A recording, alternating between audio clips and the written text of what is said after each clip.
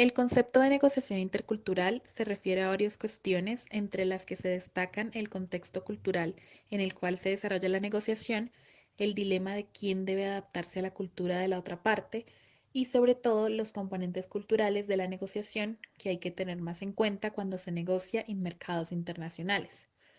Por todo lo anteriormente mencionado, los factores culturales que más afectan al momento de negociar de manera internacional son la lengua, las costumbres, la religión y hasta la forma de vestir.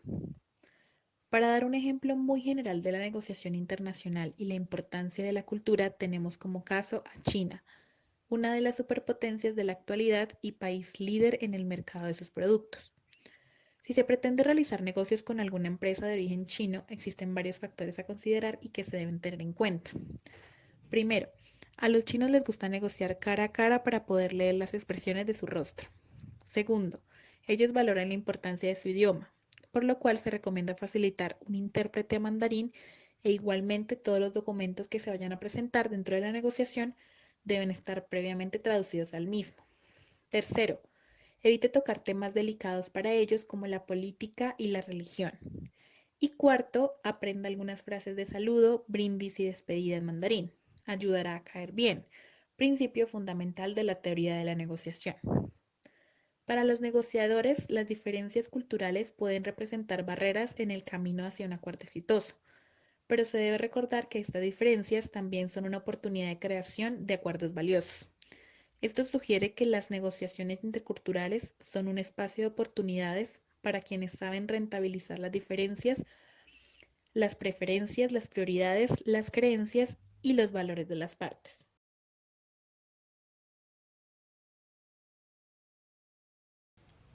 Actualmente, la negociación internacional es un tema de vital importancia para las empresas, ya que existe la necesidad de incrementar la productividad y la posible incursión en otros mercados, incentivando así que las empresas modifiquen sus horizontes, pero para ello deben adquirir una mentalidad global, atravesando las barreras culturales para obtener un mayor beneficio al lograr negociaciones de manera exitosa. Para lograr este éxito es fundamental tener mentalidad global. Mediante el estado de aprendizaje continuo se puede lograr, pues de acuerdo al nivel de educación se asimila de manera diferente a la globalización. Por tal razón, la negociación internacional se relaciona en gran medida con los conceptos de cultura y capital social, es decir, el valor agregado que cada persona aporta en la sociedad. En ese sentido, son muchos los aspectos culturales que pueden afectar o no las negociaciones.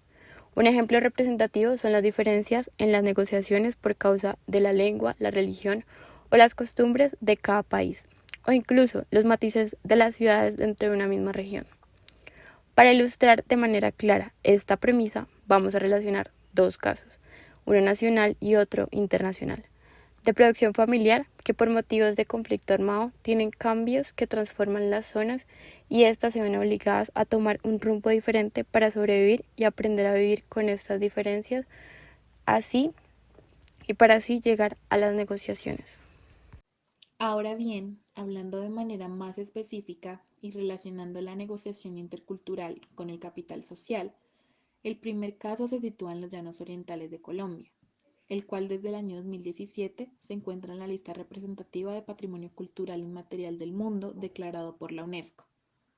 Los Llanos Orientales de Colombia, en el departamento del Meta, se caracteriza por ser uno de los principales productores de arroz a nivel nacional, llevando una gran ventaja sobre los departamentos del Tolima y el Huila. Según un artículo del periódico El Tiempo, en el año 2019, el 93% del arroz es producido por grandes productoras como Arroz del Llano y Fedearroz, las dos empresas familiares más grandes de toda la región. Asimismo, los Llanos Orientales, además de ser el pilar de la producción agrícola en el país, ha sido a través de los años denominado como una zona de alto conflicto, violencia y escenario de expansión de grupos armados paramilitares. La lucha por el dominio del lucrativo negocio del cultivo, producción y tráfico de cocaína fue el motor principal de la guerra paramilitar en el país.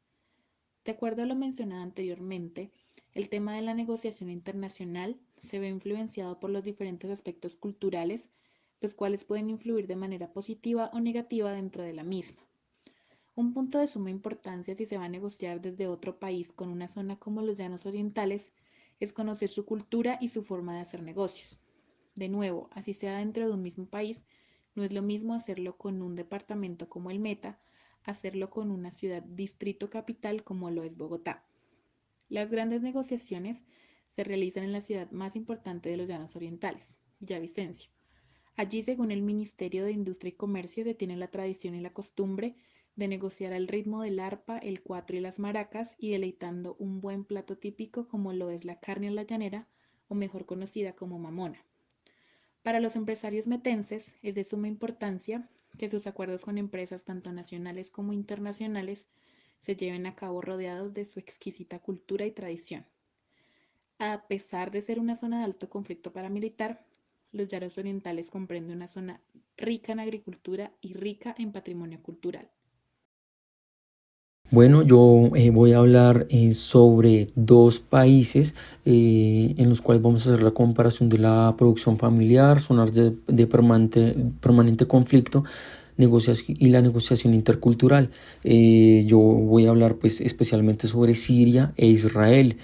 Hablando primeramente sobre Siria, Siria podemos decir que es un país que viene desde la antigüedad, pues de las primeras culturas que se formaron, ha sido influenciado por grandes potencias como lo que es Egipto, lo que es los romanos, lo que es Babilonia, lo que es los asirios. Es decir, este país tiene mucha riqueza cultural heredada de grandes potencias de los tiempos antiguos.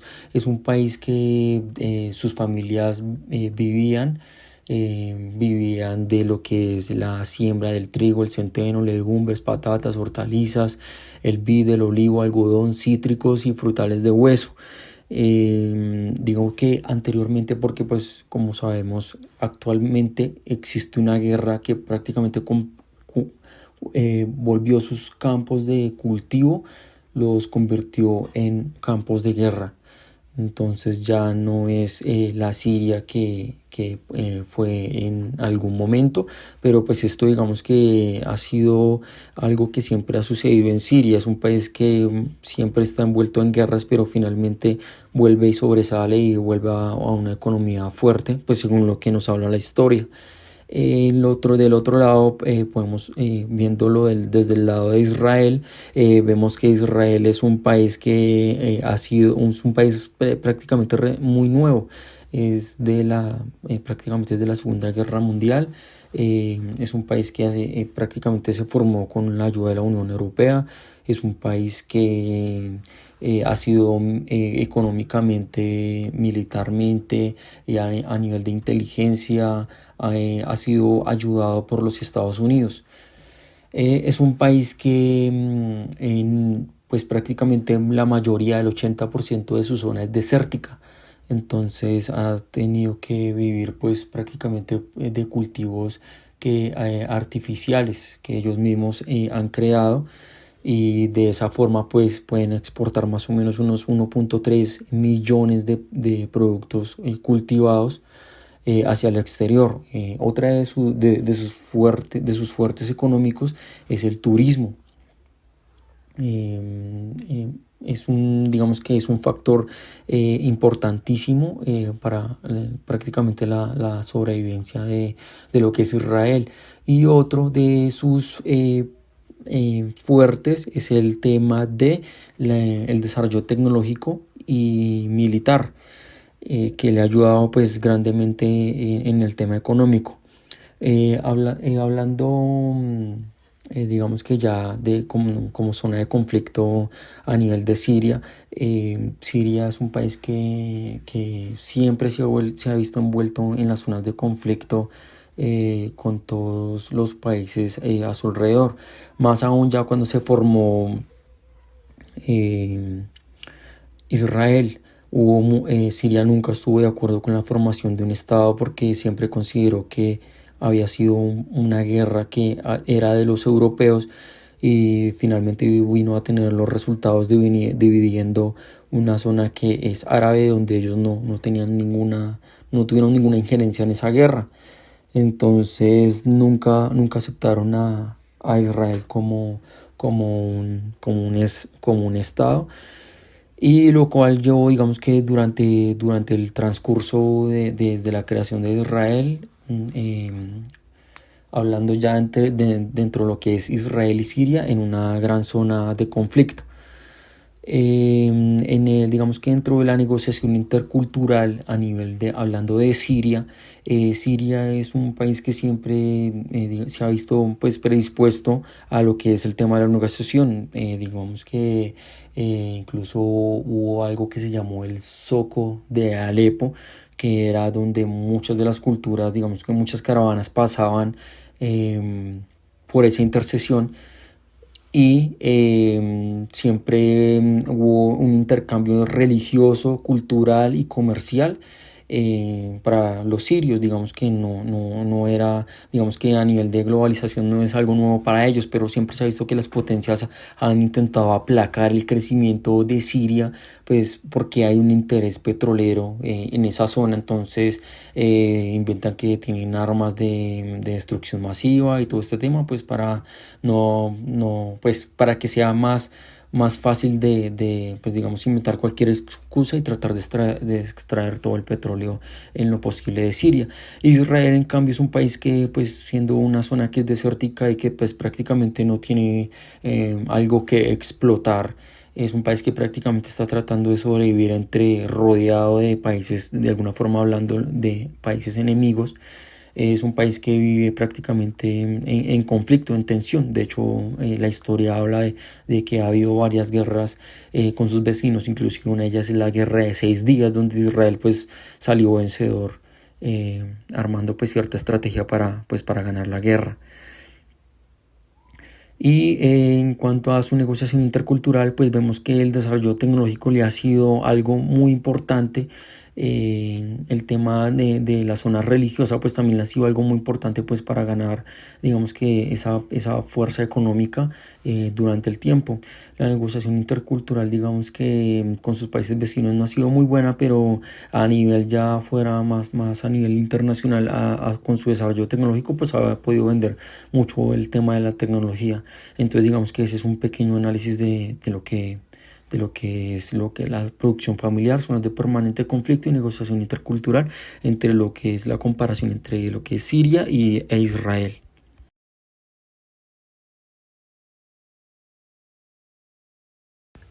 Como pudimos analizar en los casos mencionados, tanto a nivel nacional como internacional, la necesidad de incrementar la productividad genera que las personas adopten una mentalidad global y que al mismo tiempo tengan un estado de aprendizaje continuo.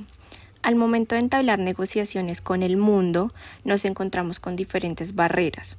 Vemos que Colombia presenta una barrera muy fuerte y es el conflicto armado, en el cual principalmente se enfoca en la tenencia de tierras para cultivo ilícito.